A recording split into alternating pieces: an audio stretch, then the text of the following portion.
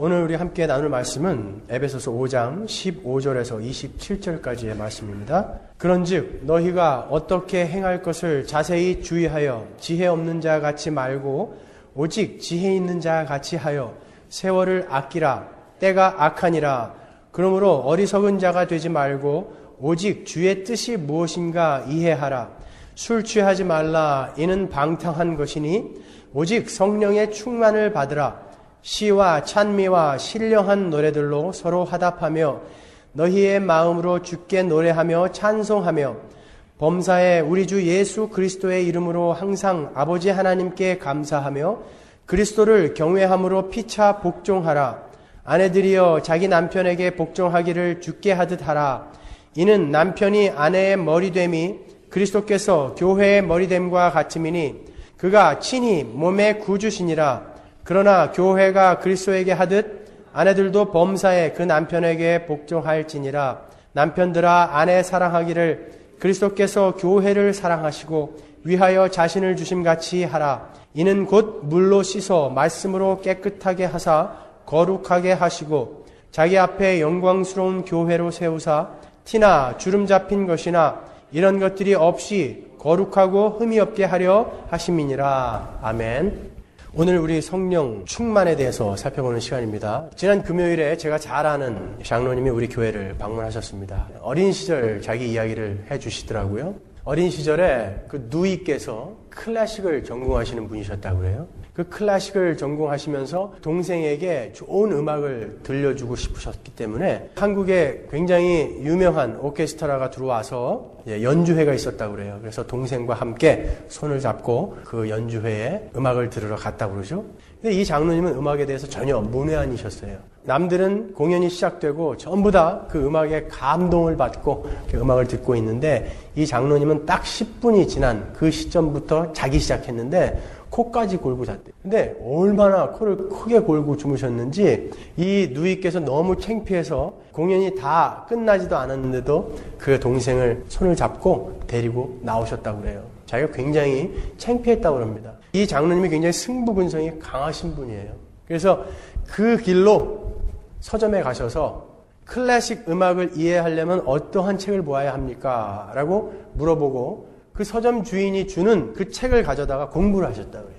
그래서 클래식 음악은 어떤 것이며 모차르트는, 비발디는, 또 핸델은, 바하는 어떠한 의도로 그러한 곡들을 썼는지를 열심히 공부하셨대요. 그리고 그때 음악회에 가서 들었던 그 음악이 담긴 LP판을 사다가 들으셨대요. 이 작곡가가 그 곡을 만든 의도와 그 목적을 정확하게 이해를 하고 그 음악을 들으니까 너무 재밌더라는 거예요. 그때부터 이 클래식 음악이 귀에 들리더라는 것이죠. 그러시면서 무슨 이야기를 하시냐면 오늘날 예수 그리스도를 믿는다고 하는 그러한 사람들이 자기들이 성경을 믿는다고 하면서 그 성경을 쓰신 하나님의 의도를 전혀 궁금해하지 않는다라는 것입니다. 그래서 그 성경의 의도가 이 사람들 마음속에서 클리어하게 디파인 되지 않으니까 성경을 피기만 하면 졸린 거예요. 그 성령의 감동으로 쓰여진 이 성경이 어떠한 목적과 어떠한 의도로 쓰여졌는지를 명확히 알고 난 이후에는 절대로 이 성경을 펴면서 좋을 수가 없다라는 것이죠. 우리가 그 하나님의 의도를 궁금해하지도 않고 알지도 못하면서도 그냥 성경을 펴가지고 자기가 듣고 싶은 말만 뽑아내서 읽기 시작했다고요. 언제부터인가. 여러분들이 큐티라는 것을 하면서 주의할 점이 무엇이냐면 여러분들이 전혀 이 성경에 대한 성령의 저작 의도라든지 하나님의 목적이라든지 이런 것을 알지 못하고 기본을 알지 못하고 성경을 읽으면서 이 성경에서 오늘 나에게 주신 하나님이 주신 단어 혹은 한 문장 이런 것들을 가지고 오늘 하나님이 나에게 이렇게 말씀하셨으니 이것이 나에게 어떤 의미일까? 만약에 이렇게 여러분이 성경을 읽어버렸다면 여러분은 또 하나의 부족을 가지고 다니시는 것이지 성경을 읽으신 게 아니란 말이에요. 이런 비발디의 사계를 들으면서 본 부분을 막 들어요. 그러면서 혼자 막 썰매를 타고 있으면 그 비발디가 기분이 좋겠습니까? 비발디의 여름 부분을 들으면서 가을의 낙엽을 생각하면서 막 눈물을 흘리는 거예요. 성경이 말씀하시는 이야기는 그 이야기가 아닌데 자기 혼자 딴 의미로 생각하면서 막 감동받고 울어요. 그래놓고 은혜 받았다고 그래요. 그래요. 비발디의 4개를 들으면서 봄을 들으면서 겨울을 생각할 수는 있어요. 하지만 성경이 말씀하는 그 진리를 파악하지 못하고 다른 뜻으로 오해를 하면서 여러분이 눈물을 흘리고 감동받고 은혜 받았다라고 한다면 그거는 영원한 생명을 걸고 하는 거잖아요. 그렇기 때문에 이거는 물릴 수가 없기 때문에 이거는 정말 주의하셔야 된다는 것입니다. 하나님은 상상하실 수도 없었던 그런 심오한 뜻을 본인이 발견해내가지고 자기 혼자 감동받는 거예요. 하나님은 전혀 그런 뜻으로 쓰지 않았는데 자기 혼자 그런 심오한 뜻을 그냥 발견해내가지고 혼자 감동받는 거. 굉장히 위험한 것입니다. 워치만이나 위트니슬리 계열의 지방교회 사람들이 그러한 오류를 범하고 있다고요. 성경을 50독, 100독씩 한다고요, 그 사람들은요. 그렇지만 다른 지식들은 다 거부해요. 그러니까 자기들 마음대로 성경을 해석해가지고 성경은 많이 읽었는데 엉터리란 말이에요. 우리가 그런 오류를 범하면 안 되는 것입니다. 우리 제임스가 누드를 잘 그린다고요. 우리 교인들의 반은 화가이기 때문에 제가 이런 예화를 드는 거예요. 누드를 잘 그리는데 거기 안에는 그 설명을 들어보면 복음이 다 들어가 있어요. 근데 그 제임스가 그린 그 그림의 의도를 알지 못하고 그냥 그 그림만 보면서 야, 참 섹시하다. 만약에 여러분이 이렇게 그 앞에서 평을 한다면 그 그린 작품자인 제임스는 모욕을 받는 거예요. 성경이 말하는 정확한 의도를 알지 못하고 자기 혼자 감동받는 건 하나님을 모독하는 거라고요. 우리가 새신자반이라든지 성경이라는 설교에서 제가 이야기해드렸죠. 제가 2시간에 걸쳐서 아주 창세기부터 계시록까지 훑어드렸잖아요. 거기에 무슨 얘기가 적혀있던가요? 예수 그리스도와 십자가와 구원과 은혜 이외에는 아무것도 적혀있지 않아요. 창세기부터 계시록 끝까지 예수 그리스도 이외에는 아무것도 적혀있지 않아요. 그런데 거기에서 여러분들이 이 땅에서 돈 버는 방법, 어떻게 존경받으면서 사는 방법, 사업에 성공하는 방법, 뭐 이런 방법들을 찾아내려고 하신다면 여러분은 성경을 모독하는 거라고요. 성령에 대해서는 더더욱이나 그렇습니다. 오늘날 교회들이 많이 오해하는 것이 바로 이 성령에 관한 거예요. 성령 세례가 무엇인지, 성령 충만이 무엇인지, 성령이 우리에게 주신 그 은사가 무엇인지 그런 것에 대해서 명확히 여러분들이 확인하지 않고 사람들에게 심지어 그런 성령을 전하고 있다면 여러분은 전도를 하는 게 아니라 하나님을 모독하고 계시는 거란 말이에요. 그러니까 우리가 밝히 열심히 공부하자는 거예요. 그래서 알고 믿으셔야죠. 참 저도 여러분들에게 재밌게 해드리고 싶어요. 그리고 그렇게 하는 방법도 알고 있어요. 저는 어떻게 해야 사람이 많이 모이는 그 방법을 알고 있다고요. 제가 옛날에 김대중 대통령 사람 모이게 해주는 그 일만 한 사람이에요. 그 방법 모르겠어요, 제가. 그런데 왜 이렇게 고리타분한 교리 부분을 가지고 개척하자마자 이걸 시작하냐 말이에요. 이건 나중에 해도 되는 건데 여러분들이 엉뚱한 길로 가실까봐 그런 교인들이 계속 줄어갈지라도 이 부분만은 확실히 해놓고 가지 않으면 이 예배당 안에서 지옥 가는 사람이 생길까봐 그러는 거예요. 오늘은 성령 충만이 무엇인가에 대해서 여러분 명확히 알고 가셔야 합니다. 지난 시간까지 성령 세례에 대해서 살펴봤어요. 성령 세례가 뭐라고 그랬죠? 어느 날 성령이 쫙 불의 혀처럼 임하니까 몸에 전기가 막 오르면서 입에 막 거품을 물고 쓰러지고 이게 성령 세례라고 그랬나요? 성령 세례를 뭐라고 그랬습니까? 창세전에 언약하신 하나님의 그 언약을 따라 예수 그리스도가 이 땅에 오셨고 그 일을 완성하셨고 그 완성하셨다라는 보증으로 성령이 그 하나님의 택하신 백성들에게 내려오는 그 사건을 우리가 성령 세례라고 그랬어요. 그로 말미암아 그 하나님의 백성들의 눈이 뜨여지게 되는 그 사건. 그래서 이 자리에 와서 나는 예수를 주로 고백합니다 라고 하는 여러분들은 성령 세례를 다 이미 받은 분이다 이렇게 말씀드렸습니다.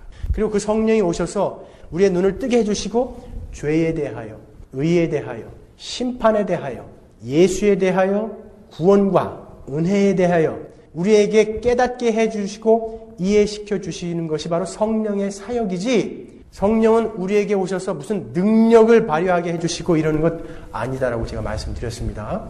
그러니까 성령 세례라는 것은 다분히 수동적이라고, 하나님의 주권에 의해서 우리에게 주어지는 거예요. 우리가 아무것도 한 것이 없는데 다분히 하나님의 능동적인 사역에 의해서 우리에게 주어진 거라고요. 하지만 성령 충만은 그렇지 않아요. 오늘 본문에서도 성령 충만을 받으라라고 이야기하잖아요. 성령 충만의 부분에서는 우리가 해야 할 몫이 있다고요. 그 부분을 우리가 살펴볼 거예요. 성령 세례라는 것은 그렇게 수동적인 것이기 때문에 우리가 요구한다거나 요청한다거나 열심히 노력한다고 해서 우리에게 주어지는 거 아니에요. 그래서 시중에서 이야기하는 것처럼 여러분 능력 있는 그리스도인이 되기 위해서는 성령 세례를 받아야 됩니다. 성령 세례를 사모하십시오. 그래야 능력이 있습니다. 능력 받습니다. 기도하십시오. 그런다고 해서 성령 세례가 오는 것이 아니라 성령 세례는 이미 모든 그리스도인에게 주어진 게 바로 성령 세례란 거예요. 그러니까 성경 어디에도 성령 세례를 받아라라는 명령이 없다고요. 여러분 성경을 보셨으면 아실 거 아닙니까? 성령 세례를 받아라라는 그러한 명령이 요구가 성경에는 한 군데도 없어요. 모든 그리스도인은 그렇게 성령 세례를 이미 받은 것입니다. 고린도전서 12장 13절 보십시오. 우리가 유대인이나 헬라인이나 종이나 자유자나 다 한 성령으로 세례를 받아 한 몸이 되었고 또 다 한 성령을 마시게 하셨느니라. 한 성령으로 세례를 받아 에바프티스테멘이라는 이 헬라어 원어는 과거예요. 성령 세례를 성경이 이야기할 때 항상 이렇게 과거로 이야기한다고요. 헬라어의 과거의 시제는 과거에 한번 일어났고 거기에서 그쳐버린 것을 과거 시제라고 해요. 성령 세례라는 것은 과거에 우리가 거듭날 때 딱 한 번 받고 거기서 그치는 거예요. 성령 세례를 계속해서 받는 게 아니라고요. 우리는 밥티조라는 세례를 받다의 과거로 묘사하고 있어요. 성령은 이미 우리 안에 계신 것입니다. 그러니까 우리가 어느 정도 하나님이 원하는 수준까지 자라나야 우리에게 그 성령이 오셔서 우리가 능력 있는 그리스도인이 되는 게 아니라 죄와 허물로 죽어있던 우리에게 성령이 뚫고 들어오시는 것, 그것을 성령 세례라고 그래요. 이 고린도전서에서 우리가 다 한 몸으로 한 성령으로 세례를 받았다라고 하는 이 고린도 교회에게 사도 바울이 뭐라고 그러는 줄 아십니까? 계속해서 너희들은 어리다, 어리석다, 유치하다 계속 그런다고요. 그러니까 어느 정도 이렇게 수준이 되어 있는 자들이 아니라 어리고 어리석고 유치하고 죄와 허물로 죽어있던 그러한 자들에게 인트루전 뚫고 들어오셔서 성령이 우리 안에 자리 잡고 계신 것을 성령 세례다 이렇게 이야기하는 거예요. 그러니까 성령이 오셔서 우리를 그리스도라는 머리에다가 몸으로 착 붙여주시는 거, 그리스도와 연합되게 만들어주시는 거, 그것을 성령 세례라고 하는 거예요. 복습하는 거예요, 여러분. 그러나 오늘 본문에 성령 충만을 받으라라는 그 말은 현재 시제라고요. 성령 충만을 받으라라는 말은 성경에 딱 한 번 여기 나와요. 그러니까 성령 충만을 받으라. 이 헬라어의 현재 시제는 계속적이고 반복적인 진행형을 의미한다고요.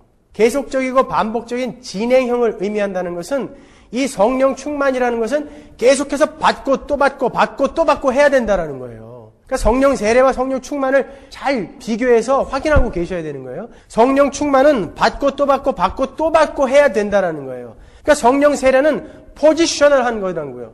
그러니까 이미 하나님의 자녀로서 딱 신분이 바뀌어지면 그걸로 끝나는 거예요. 성령 충만은요, experiential 한 거예요. 계속 경험적으로, 체험적으로 우리가 우리의 삶 속에서 경험해 나가야 하는 것이 바로 성령 충만이라는 거예요. 오늘은 제가 이렇게 연역적으로 설교를 할 거예요. 주제부터 말씀드리고 설명을 해 나갈 거예요. 성령 충만이라는 것은 뭐라고요? 계속적이고 연속적이고 반복적이란 말이에요. 그리고 체험적이라는 거예요. 성령 세례는 포지셔널한 거예요. 그냥 한 번에 딱 끝나고 말아버리는 거예요. 자, 성경이 말하는 그 성령 충만이 무엇인가에 대해서 한번 구체적으로 살펴보자고요. 이 성령 충만이 시중에서 이야기하는 것처럼 도토리가 충전이 되어가지고 우리가 만지기만 하면 그냥 막 넘어지고 막 이러는 거, 그런 것인지, 성령 충만, 성경이 이야기하는 성령 충만은 과연 어떤 것인지 한번 보자고요. 성경에서 성령 충만을 받은 사람들이 무엇을 했으며 어떤 경험을 했는지를 살펴보면 성령 충만이 뭔지 금방 알 수 있을 거 아닙니까? 성경에는 명확히 이야기해놓고 있어요. 그런데 그 인간들이 성경을 안 읽고 지들 상식으로 지금 가르치고 있는 거란 말이에요. 사도행전 4장 7절로 갑니다. 이에 베드로가 성령이 충만하여 가로되 백성의 관원과 장로들아, 만일 병인에게 행한 착한 일에 대하여 이 사람이 어떻게 구원을 얻었느냐고 오늘 우리에게 질문하면 너희와 모든 이스라엘 백성들은 알라.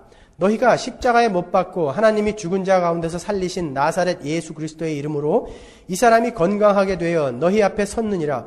이 예수는 너희 건축자들의 버린 돌로서 집 모퉁이의 머릿돌이 되었느니라. 다른 이로서는 구원을 얻을 수 없나니 천하 인간의 구원을 얻을 만한 다른 이름을 우리에게 주신 일이 없음이라 하였더라. 사도 베드로가 지금 성령 충만을 받고 뭘 하고 있습니까? 예수님이 누구이신지 복음을 전하고 있어요. 사도행전 4장 31절 보시면 빌기를 다하매 모인 곳이 진동하더니 무리가 다 성령이 충만하여 담대히 하나님의 말씀을 전하니라. 성령이 충만하여 뭘 해요? 말씀을 전한다고요. 사도행전 6장 3절 보세요. 형제들아 너희 가운데서 성령과 지혜가 충만하여 칭찬 듣는 사람 7을 택하라. 우리가 이 일을 저희에게 맡기고. 7 집사, 하나님의 복음을 전했던 7 집사는 어떤 사람들이요? 성령 충만함을 받은 자들이란 말이에요. 사도행전 7장 54절 보시면 스데반이 성령이 충만하여 하늘을 우러러 주목하여 하나님의 영광과 및 예수께서 하나님 우편에 서신 것을 보고 말하되 보라 하늘이 열리고 인자가 하나님 우편에 서신 것을 보노라 한대. 스데반이 성령이 충만하여 뭘 봅니까? 하나님 우편에 서 계신 예수 그리스도를 본다고요. 그리고 그 예수 그리스도를 증거하지 않습니까? 성령이 충만한 자들이 하는 일이 무엇인지 지금 윤곽이 잡히죠? 사도행전 9장 17절 보세요. 아나니아가 떠나 그 집에 들어가서 그에게 안수하여 가로되 형제 사울아 주 곧 내가 오는 길에서 나타나시던 예수께서 나를 보내어 너로 다시 보게 하시고 성령으로 충만하게 하신다 하니 즉시 사울의 눈에서 비늘 같은 것이 벗어져 다시 보게 된지라 일어나 세례를 받고. 지금 그리스도인들을 때려 죽이러 가던 사울이 성령이 충만하게 되니까 뭘 하게 됩니까? 그 예수를 전하는 자가 된다고요. 성령이 충만하게 되니까 복음을 전하더라니까요. 얼마만큼 강하고 담대하게 전했는지 아십니까? 그 자가 박수무당 앞에서 당당하게 복음을 전한다고요. 사도행전 13장 8절 보세요. 이 박수 엘루마는 저희를 대적하여 총독으로 믿지 못하게 힘쓰니 바울이라고 하는 사울이 성령이 충만하여 그를 주목하고 가로되 모든 괴계와 악행이 가득한 자요 마귀의 자식이요 모든 의의 원수요 주의 바른 길을 굽게 하기를 그치지 아니하겠느냐. 당당하고 대담하게 복음을 전하죠. 사도행전 11장 24절 보시면 바나바는 착한 사람이요 성령과 믿음이 충만한 자라 이에 큰 무리가 죽게 더하더라. 바나바는 뭐 했던 사람이에요? 복음 전했던 사람이잖아요. 그가 성령이 충만하여 복음을 전하니까 큰 무리가 죽게 더하더라. 사도행전 13장 49절 보시면 주의 말씀이 그 지방에 두루 퍼지니라. 이에 유대인들이 경건한 귀부인들과 그 성내 유력자들을 선동하여 바울과 바나바를 핍박해 하여 그 지경에서 쫓아내니 두 사람이 저희를 향하여 발에 티끌을 떨어버리고 이고니온으로 가거늘 제자들은 기쁨과 성령이 충만하니라. 복음을 전하러 돌아다니던 이 제자들은 성령이 충만한 자들이었다. 그런단 말이에요. 성령 충만이라는 말을 다 찾아드린 거예요. 지금 성경에서. 성령 충만이 무엇과 함께 설명되고 있습니까? 성령 충만한 자들은 무리나 개인이나 할 것 없이 예수 그리스도의 복음을 전하더라는 거예요.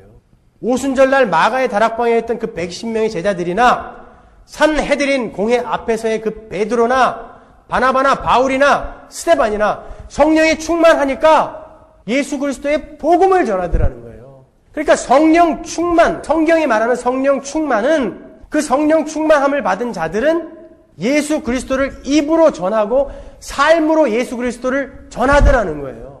그것 말고는 다른 이야기가 어디 있습니까? 뭐가 있습니까? 성령 충만과 함께 나오는 이야기 중에. 성령 충만의 제일 되고 가장 특징적인 표지는 성령을 충만히 받은 사람은 예수 그리스도에 대해서 말하고 삶으로 예수를 전한다는 거예요. 자, 예수를 자랑하고 싶지 않은 사람은 그런 의미에서 엄밀히 말하여 성령을 받은 자가 아닌 것입니다. 성령 세례를 받지 못했다는 것은 그리스도인이 아니라는 거예요. 그러니까 여러분의 삶에서 여러분이 예수를 자랑하고 싶지 않고 예수를 전하고 싶지 않고 더더군다나 자기가 사랑하는 가족이나 형제들이 예수를 믿지 않는데도 불구하고 그냥 설렁설렁 여러분의 인생만을 위해서 살아가고 있다면 여러분은 아직 그리스도인 아닙니다.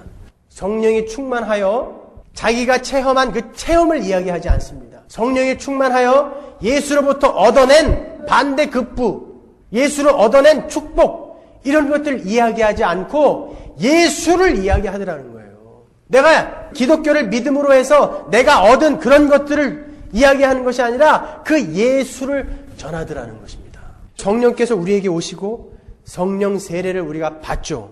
그리고 그 성령은 구원에 대해서, 인간에 대해서, 예수에 대해서 우리에게 알게 하신다고요. 그리고 나서 그 성령이 충만하게 되면 그것이 흘러 넘쳐 나오는 거예요. 그것을 성령 충만이라고 그러는 거예요. 충만. 아시겠습니까?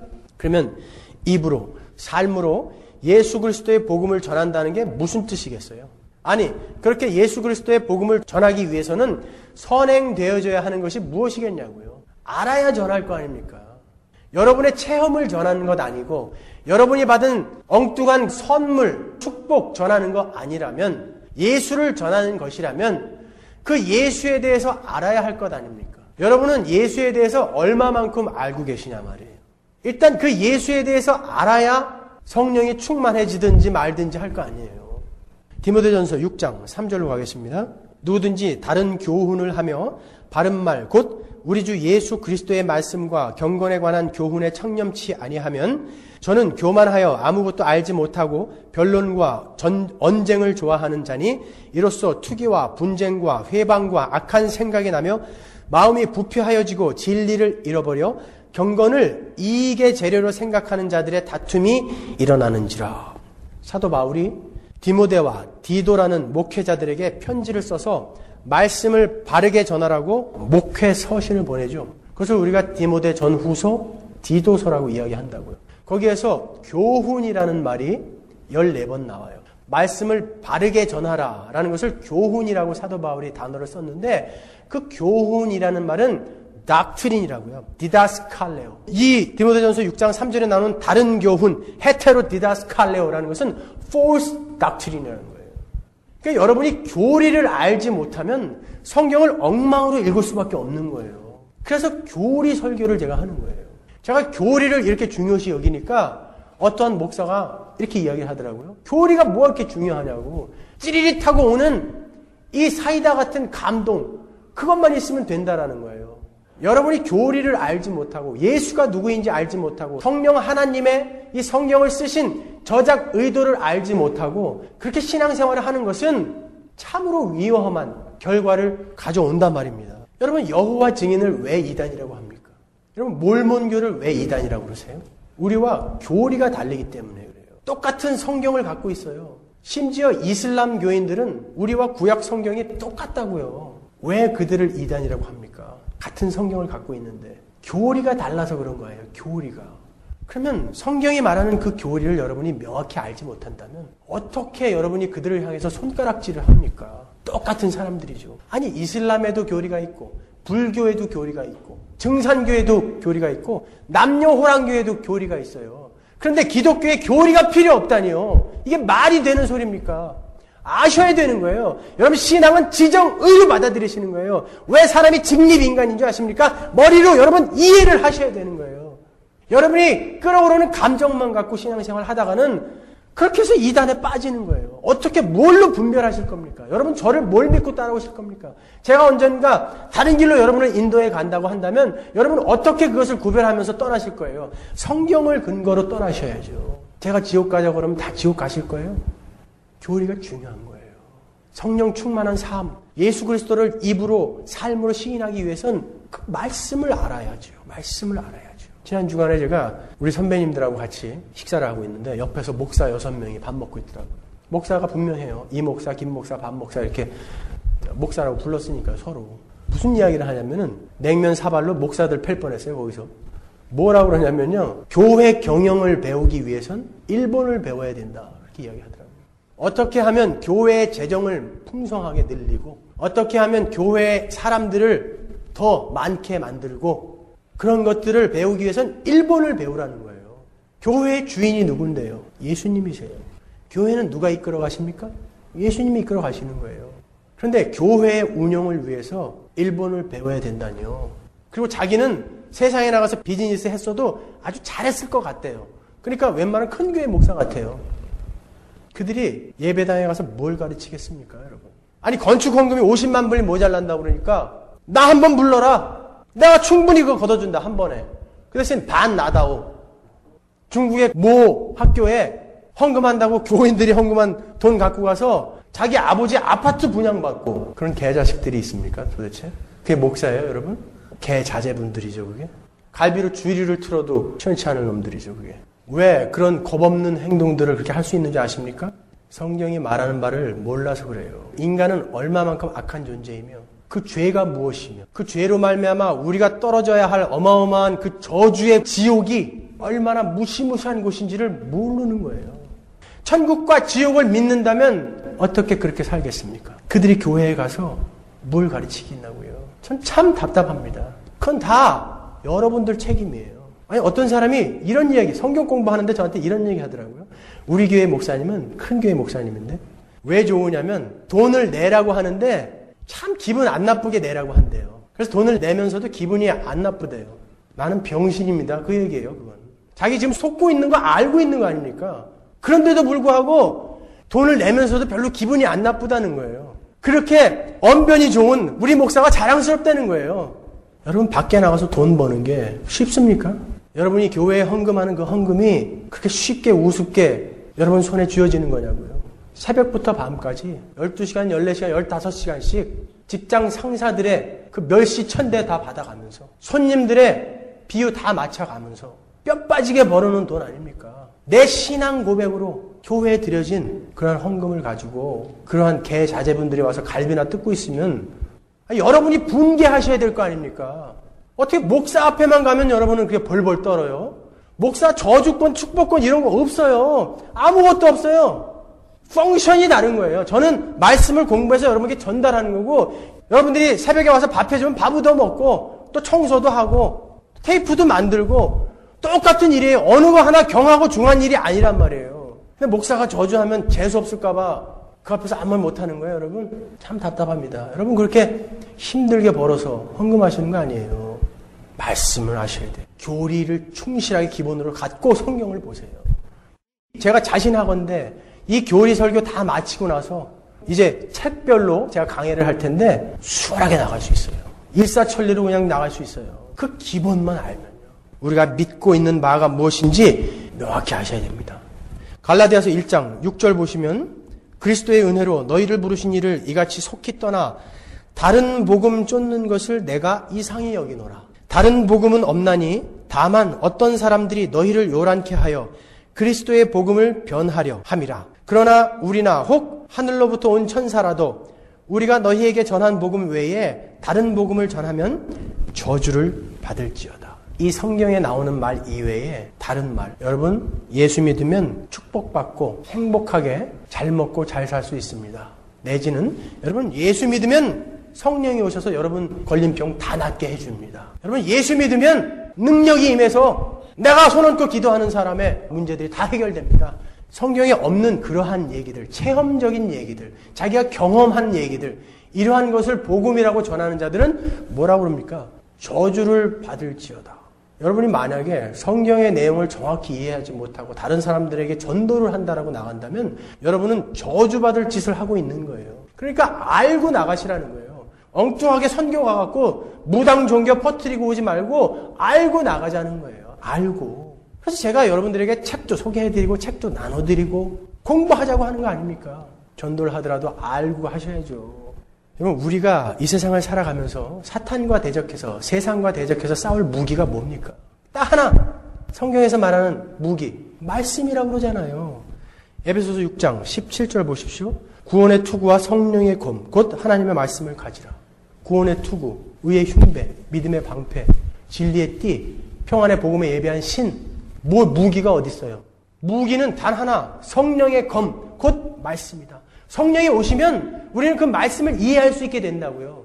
그러니까 그 말씀을 그때부터는 궁금해하게 된다고요. 그 말씀이 우리 안에 충만히 흘러넘치지 못하면 우리는 세상과 싸워 이길 수가 없어요. 그러니까 맨날 무너지고 와가지고 하는 기도는 주여 지난주에도 이렇게 무너지고 말았습니다. 용서하여 주옵소서. 언제까지 이런 기도만 할 거냔 말이에요. 우리가.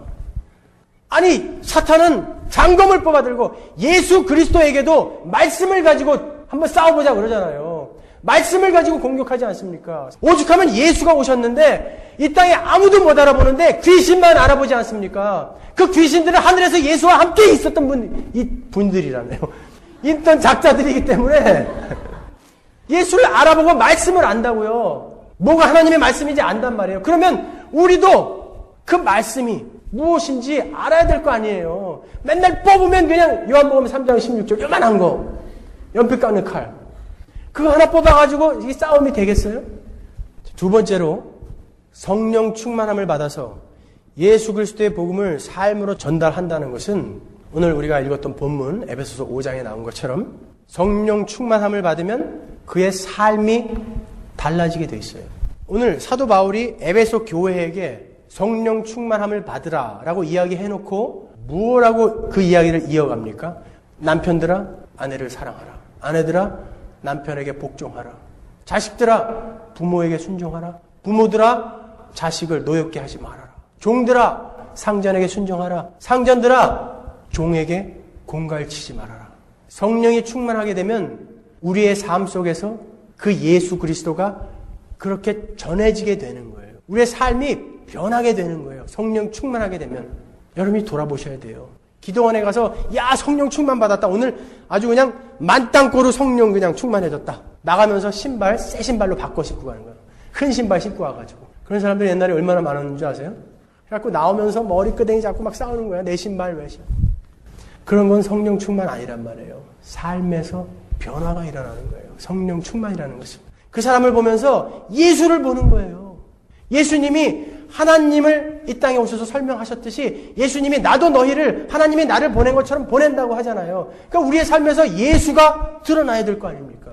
그게 바로 성령 충만한 사람의 삶에서 나오는 거예요. 여러분의 삶 속에서 용서와 사랑과 자비와 인내가 나와야 되는 거예요. 여러분의 이익과 불편함을 해결하기 위해서 남을 오히려 멸시하고 밟아버리는 것이 아니라 우리의 삶 속에서 그러한 열매들이 맺히는 거예요. 갈라디아서 5장 22절에 그 성령의 열매들. 오직 성령의 열매는 사랑과 희락과 화평과 오래 참음과 자비와 양선과 충성과 온유와 절제니 이 같은 것을 금지할 법이 없느니라. 이런 열매가 여러분에게 생겨야 돼요. 성령께서 우리에게 오셔서 세례를 주십니다. 그리고 그 성령은 우리를 거룩한 곳까지 끌고 가신다고요. 어떻게 해서든지. 성령은 우리를 끌고 가세요. 우리는 거룩을 향해서 가게 되어 있어요. 성령이 오셔서 우리를 예수라는 머리에다가 붙여놨다면서요. 우리는 한 몸이라면서요.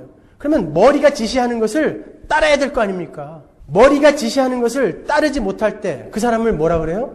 중풍이 걸렸다고 그러는 거예요. 머리가 원하는 것을 우리가 하지 못할 때 뇌성마비 장애인이라고 하는 거예요. 밥을 먹으려고 숟가락아 내 입으로 들어와라. 명령을 내렸는데 손은 딴 데로 가는 거예요. 뇌성마비 환자들이 밥 먹는 거 보셨어요, 여러분?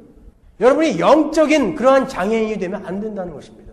우리가 예수 그리스도라는 머리에 붙어 있다면서요. 그럼 머리가 요구하는 것을 들어야죠. 어떻게 들을 수 있어요? 성령을 통해서 들을 수 있어요. 성령이 우리를 자극하시고 조명하신다고요. 여러분이 말씀을 알아야 그게 성령의 음성인지 마귀의 음성인지 구별할 거 아닙니까? 여러분 우리는요. 예수를 주와 그리스도로 시인하는 자들이에요.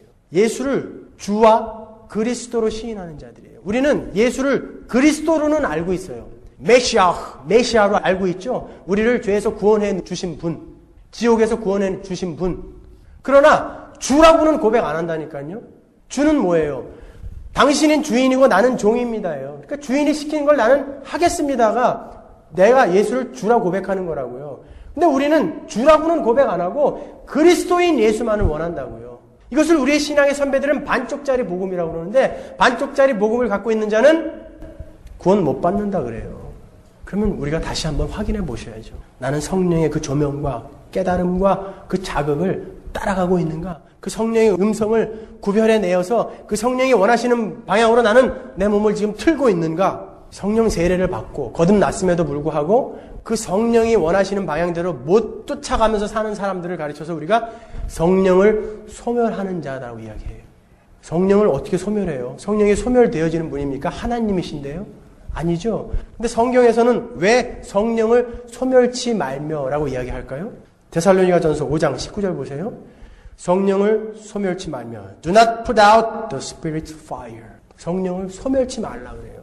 이 이야기가 무슨 이야기냐면 구속의 문제에 있어서는 성령께서 우리의 의도와는 상관없이 뚫고 들어오셔서 강압적으로 우리를 끌고 가시지만 성령 충만의 부분에 있어서는 우리가 노력해야 되는 거예요. 성령이 우리를 자극하고 우리에게 음성을 들려주실 때 우리가 그 방향을 따라서 몸을 틀어서 가야 되는 거라고요. 그런데 계속해서 우리가 거부하고 무시해버리면 점점 우리가 거기에 익숙해지게 되고 그 성령의 음성을 못 듣게 되는 거예요. 그걸 성령을 소멸한다라고 이야기해요. 성경에서는. 그래서 교회 안에서도 엉터리로 사는 사람은 계속 엉터리로 사는 거예요. 아니요, 우리는 듣고 일어나는 거예요. 설사 실패한다 할지라도 한번 이를 악물고 한번 해보는 거죠. 그게 성령 충만한 자와 성령을 소멸하는 자의 차이점이라는 것입니다. 에베소서 4장 22절에 보시면 무릇 더러운 말은 너희 입 밖에도 내지 말고 오직 덕을 세우는 데 소용되는 대로 선한 말을 하여 듣는 자들에게 은혜를 끼치게 하라. 하나님의 성령을 근심하게 하지 말라. 그 안에서 너희가 구속의 날까지 인치심을 받았느니라. 너희는 모든 악독과 노함과 분냄과 떠드는 것과 회방하는 것을 모든 악의와 함께 버리고 서로 인자하게 하며 불쌍히 여기며 서로 용서하기를 하나님이 그리스도 안에서 너희를 용서하심과 같이 하라. 성령을 근심케 하는 자들은 지금 위에 기술되어진 일들을 안 한다는 거예요. 성령이 충만한 자들은요. 이 일들을 해내야 되는 거예요, 여러분. 더러운 말은 너희 입 밖에 내지도 말라. 그러면서 당신은 왜 욕하십니까? 설교 시간에. 저는 조금 다른 거예요, 이 이야기하고는. 예수님도 바리새인들에게 독사의 새끼들이라고 이야기했다고요. 저는 개자제분이라고 그랬지. 그건 더 심한 욕 아니에요, 독사의 새끼라는 거는. 예수님의 그 의분에 전 동참하는 거예요. 그 예수님을 따라 목숨을 걸겠다고 하는 이 종의 신분으로서 어찌 제가 그 의분에 동참하지 않겠습니까? 앞으로도 종종 설교 시간에 욕이 나오면 그 예수 그리스도의 의분에 동참하는구나. 이 시대의 교회가 바르게 되어지는 그 날까지 욕을 안 할 수가 없어요. 여러분 성령을 소멸치 마셔야 돼요. 성령을 근심케 하시면 안 되는 거예요. 성령은 절대 강제로 일하지 않으세요. 그러니까 우리에게 성령 충만을 받으라라고 이야기하신다고요. 여러분 웨스트민스터 신앙 고백에서도 우리가 살펴봤지만 하나님께서는 제2원인, 하나님을 제1원인이라고 그래요. 제2원인은 하나님 이외의 모든 것, 우리의 인품, 성격, 상황, 조건 이런 걸 이야기하거든요. 이 제2원인을 전혀 무시하지 않고 일을 이루어 가신다고요. 우리의 의지를 발동해서 하나님을 쫓아오게끔 우리를 각성케 하시고 깨닫게 하시고 조명을 하세요. 그렇지만 억지로는 안 끌고 간다고요. 성도의 견인이라는 것을 여러분이 오해하시면 안 돼요. 야, 구원 받았으니까 억지로 그냥 거기까지는 가겠지. 그리고 개판치고 살아도 되겠다가 아니라 하나님은 조명하고 깨닫게 하시고 각성케 하시고 기다리신다고요. 우리가 의지를 발동해서 쫓아오게. 강제로 끌고 가시면 심판날에 하실 말씀이 없잖아요. 쟤네들은 그냥 끌고 가놓고 우리는요. 하나님 기다리세요. 때로는 패시면서 때로는 우리에게 교훈하시면서 성경에 나온 말처럼 하나님께서는 인생 채찍, 사람 막대기, 호세아서에 나오는 것처럼 가시와 담으로 우리 앞길을 때로는 막고 우리에게 회초리를 대시면서 우리를 일로 끌고 가신다고. 그때에 그렇게 회초리가 날라올 때에 우리는 어여 알아듣고 방향을 틀어야 되는 거예요. 하나님은 이 자리까지 분명히 우리를 만들어 가실 거라고요. 자기의 자식을 죽이면서까지 우리에게 선물하신 그 구원을 반드시 이루어 가실 거라고요. 이 자리까지 가기 위해서는 우리가 변해야 되는데 그러기 위해서는 하나님이 우리 스스로 변하지 않으면 패실 수밖에 없잖아요. 그러니까 좋은 말 할 때 돌아오셔야 되는 거예요, 여러분. 하나님은 세실 때까지 안 오면 5가지 세시는 분이에요. 5만 번까지라도 세시는 분이에요, 하나님은. 그렇게 고집이 세신 분이라고요. 끝까지 여러분을 완성된 작품으로 만들어 놓으실 것입니다, 여러분. 성령 충만한 사람들은 이렇게 올바른 교리, 말씀으로 무장해서 언제 어디서든지 바른 복음을 자랑하며 전하는 자들이며 거룩한 삶을 추구하며 자기의 의지를 발동하여 힘겹지만 성령의 음성을 따라서 사는 사람들을 성령 충만한 사람들이다 라고 이야기하는 거예요. 지난주에 우리 교회 집사님 한 분이 그런 전화를 하셨더라고요. 교통사고를 당했어요. 다쳤어요. 변호사가 이렇게 이야기하더랍니다. 아프지 않지만 병원에 다녀라. 병원에 한 번 간 것도 2번 간 걸로 얘기해라. 저한테 전화가 왔어요. 이렇게 살아서는 안 되는 거 아닙니까? 대부분 다 눈 감고 가죠. 그렇지만 이렇게 살아서는 안 되는 거 아닙니까? 성령의 음성을 들으시는 분이에요. 그분이. 성령이 안 된다. 거짓말하지 말아라. 그렇게 가면 안 된다. 이 길을 쫓는가 하면 이 음성을 무시해버리고 한 번만. 다른 사람들도 다 그렇게 하는데 뭐. 이리 가는 사람을 성령을 소멸한다고 하는 거예요. 그리고 한 형제가 저에게 메모지를 갖고 왔어요. 자기 집사람이 1년 반 전에 하나님께 드린 기도를 메모를 해서 자기 비계에다 넣어놓은 것을 1년 반 후에 찾아낸 거예요. 펑펑 울면서 왔는데 뭐라고 여기에 써있냐면요. 하나님 뜻에 따라 저희 2사람 부부가 되게 하심을 감사드립니다. 서로 너무나 다른 사람들이나 서로 이해하고 도우면서 지금까지 잘 지내게 해주신 은혜 정말 감사드립니다. 아내들이여 남편에게 복종하기를 주께 하듯 하라 하신 말씀 언제나 잊지 않고 이대로 살 수 있도록 도와주세요. 사업을 위해 밤낮으로 일하는 남편에게 건강 주시고 하나님의 뜻을 따라 행동할 수 있는 믿음 허락하여 주소서. 여러 사람들을 만날 때마다 주의 아들임을 알고 세상의 빛, 땅의 소금 역할을 다할 수 있도록 하소서. 모든 일을 주의 뜻대로만 하게 하시고 물질이나 명예나 권세의 노예가 되지 않게 하여 주시고 세상의 욕심을 멀리하게 하소서. 사업 또한 욕심으로 얻는 것이 아니라 하나님의 축복으로 받는 사업이 되게 하소서. 어떠한 시험과 유혹도 이기며 물리칠 수 있는 힘을 주소서. 뱀같이 지혜롭고 비둘기같이 지혜로움으로 시험을 이기게 하시고 항상 주의 영광을 나타내는 자가 되게 하소서.